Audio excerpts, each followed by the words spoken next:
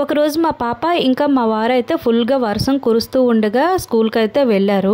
వెళ్తూ వాళ్ళు ఏమన్నారంటే మేము వచ్చేసరికి హాట్ గా ఏమైనా ప్రిపేర్ చేయమని అడిగారు. మరి వాళ్ళు అడిగిన తర్వాత నేను చేయకుండా ఉండలేను కదా, అందుకనే వాళ్ళ ఫేవరెట్ అయిన చాట్ అయితే ప్రిపేర్ చేయాలనుకున్నాను. వాళ్ళైతే స్కూల్ నుంచి వచ్చేసరికి వేడి చాట్ అయితే రెడీ చేశాను. ఇంకా అందరం కలిసి కూర్చొని చక్కగా చాట్ అయితే తినేసాము. చాలా టేస్ట్ గా వచ్చింది. మరి ఇంట్లోనే ఈజీగా సింపుల్ గా చేసుకునే చాట్ రెసిపీని ఎలా ప్రిపేర్ చేయాలో ఇప్పుడు మనం వీడియో అయితే చూసేద్దాం. ఇక్కడ నేనైతే 6 hours ముందే బఠానీలను అయితే నానపెట్టి ఉంచుకున్నాను. ఇప్పుడు వీటిని అయితే నీట్ గా వాష్ చేసి కుక్కర్ గిన్నెలో అయితే వేసుకోవాలి. అలానే ఒక 3 ఆలుగడ్డలను తీసుకొని వీటిపైన పొట్టు తీసేసి నీట్ గా వాష్ చేసి కట్ చేసి ఇవి కూడా కుక్కర్ గిన్నెలో అయితే వేసుకోవాలి. ఇక్కడ కుక్కర్ గిన్నెలో అయితే బఠానీలు ఇంకా ఆలు అయితే వేసేసాం కదా. ఇప్పుడు కొంచెం వాటర్ వేసుకొని ఇందులో కొంచెం సాల్ట్ వేసుకొని దీనిపైన మూత పెట్టి ఒక 5-6 విజిల్లు వచ్చినంత వరకు కూడా ఉడికించుకోవాలి. అలానే ఒక చిన్న నిమ్మకాయ సైజ్ అంతా చింతపండుని తీసుకుని నానపెట్టి ఉంచుకోవాలి. ఈ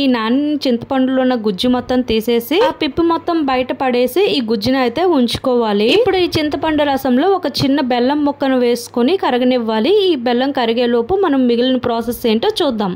ఇప్పుడు స్టవ్ పైన ఒక ప్యాన్ పెట్టి ఇందులో ఒక 2 టేబుల్ స్పూన్ల దాకా ఆయిల్ వేసి ఆయిల్ హీట్ ఎక్కిన తర్వాత కొంచెం జీలకర్ర, అలాగే చిన్న ముక్కలుగా తరుక్కున్న ఆనియన్స్, అలానే రౌండ్ గా కట్ చేసుకున్న పచ్చిమిర్చిలను వేసి వేగనివ్వాలి. ఆనియన్స్ కొద్దిగా వేగిన తర్వాత ఇందులో ఒక 1/2 టేబుల్ స్పూన్ దాకా అల్లం వెల్లుల్లి పేస్ట్ వేసి అల్లం వెల్లుల్లి పేస్ట్ అనేది పచ్చివాసన పోయినంత వరకు కూడా వేయించుకోవాలి.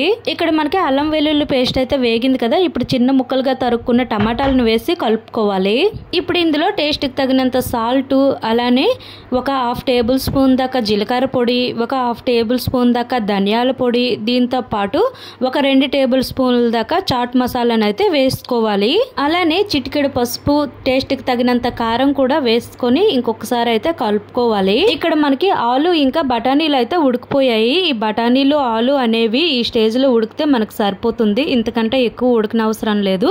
ఇప్పుడు ఏం చేయాలంటే ఇందులో నుంచి కొన్ని బఠానీలను తీసుకొని చిన్న మిక్సీ జార్ లో వేసుకొని పేస్ట్ లా అయితే ప్రిపేర్ చేసుకోవాలి. ఇంకా మిగిలిన ఆలుగడ్డలు ఉంటాయి కదా, ఆ ఆలుగడ్డలను అయితే ఇలా ఒక్కొక్కటిగా తీసుకొని మ్యాష్ చేసుకొని వేసుకోవాలి. అలానే దీంతో పాటు బఠానీలను కూడా ఇందులో వేసుకొని కలుపుకోవాలి.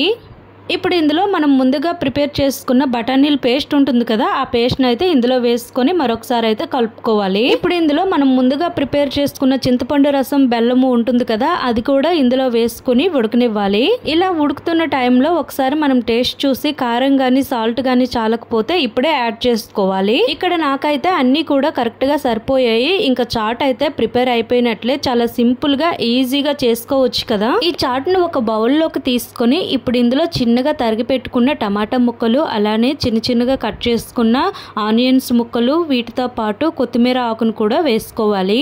అలానే ఇక్కడ నాకు మిక్సర్ అయితే అందుబాటులో ఉంది కాబట్టి నేను దీనిపైన మిక్సర్ని అయితే వేసుకుంటున్నాను. మీ దగ్గర పాపడాలైనా ఏదైనా వేరే సన్నకార పూసైనా ఏదైనా ఉంటే వేసుకోవచ్చు. ఇక్కడ మనకి వేడి చాట్ అయితే రెడీ అయిపోయింది. ఇంట్లో ఉన్న వస్తువులతోనే ఈజీగా చేసుకునే చాట్ రెసిపీని మీరు కూడా ఒకసారి ట్రై చేసి చూడండి. మీకైతే ఈ వీడియో అయితే నచ్చిందనే అనుకుంటున్నాను. మరికొన్ని వీడియోలతో మళ్ళీ కలుద్దాం. Thank you for watching.